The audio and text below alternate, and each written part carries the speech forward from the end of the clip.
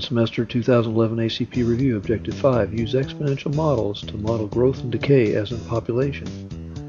Population growths and declines are modeled using exponential functions. The basic form is this: P sub f equals P sub p times quantity 1 plus r to the power of t. P sub f stands for the future population. P sub p stands for the present population. R is the population growth rate. If you get this number in a percentage, it needs to be converted to a decimal for the equation to work out right. Otherwise, it will be way too much growth. This number can be a negative number, but if it is negative, it will be a population decline and not a growth.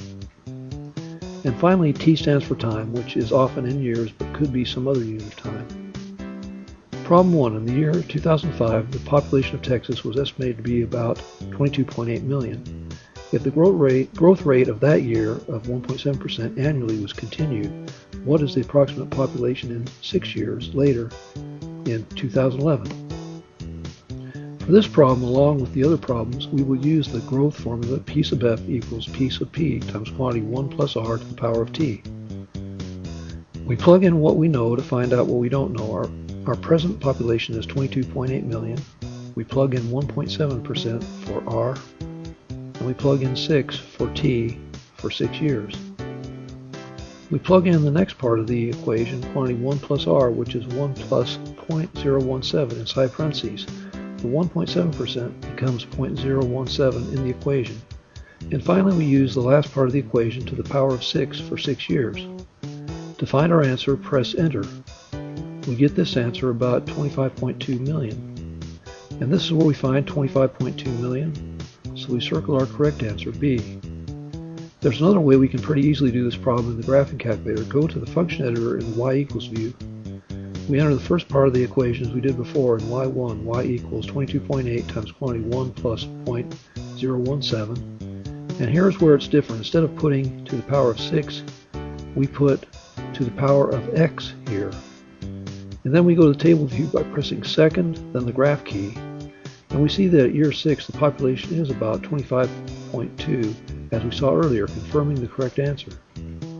Problem 2. The county's deer population is decreasing at an annual rate of 10%. At this rate, after how many years will the population be less than 50,000?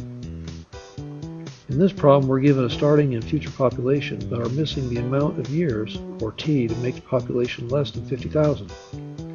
While we could take the logarithms both sides of the equation to isolate the unknown t, we can enter the formula into our calculator's function editor, which we did at the end of the last problem. So we enter 90,000 first, and then we enter the next part of the equation, quantity 1 minus 0.1 for a 10% decrease. And finally we enter to the power of x to finish the function. From here we go to the table view by pressing second and then graph. And here's where we first see a population less than 50,000 at year 6. And here's where we find 6 years. So we circle our correct answer, A. Problem 3. For the world population to grow from 7 billion in 2011 to 8.1 billion 10 years later in 2021, what annual percentage growth rate is needed? There are different ways to do this problem, but let's look at the formula first. We have the future population of 8.1 billion. We have the 2011 population of 7 billion, and we have 10 years. What we'll do is take all the values on the right side of the equation except the percentage rate, which we don't know, but we'll try out. The one that gets us closest to 8.1 billion will be our correct answer. First we'll try answer A, 0.5%. Here it is entered into our graphing calculator, 1 plus 0.5. We press enter. We get about 404 as in about 404 billion, nowhere close to 8.1 billion. What went wrong? The problem is that to convert to a rate for the formula, we need to divide that rate by 100, which is how it's entered here, 0.5 divided by 100. Press enter. We get about 7.36, a little less than 7.4 billion. Probably not the right answer, but a heck of a lot closer than 404 billion. Next we try 1%. Press enter. About 7.7 billion, closer, but let's see if we can do better.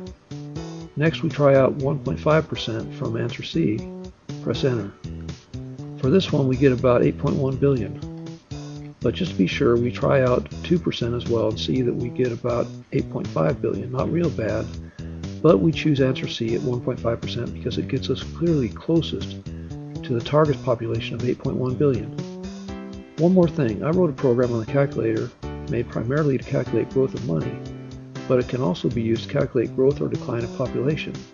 On my calculator, it's program 3, FUT value for future value. Press enter. Press enter again. It's asking for a principal. Instead of putting an amount of money here, we can place a beginning population. We enter 7 for 7 billion and press enter. Next we enter 1.5 for 1.5% and press enter. The nice thing about the program is that it divides the percentage by 100 for us. For the compounding period, we put in 1 for once per year and press enter. For time, we put in 10 for 10 years. Press enter. We get 8.12 for about 8.1 billion again, but this time using the future value program.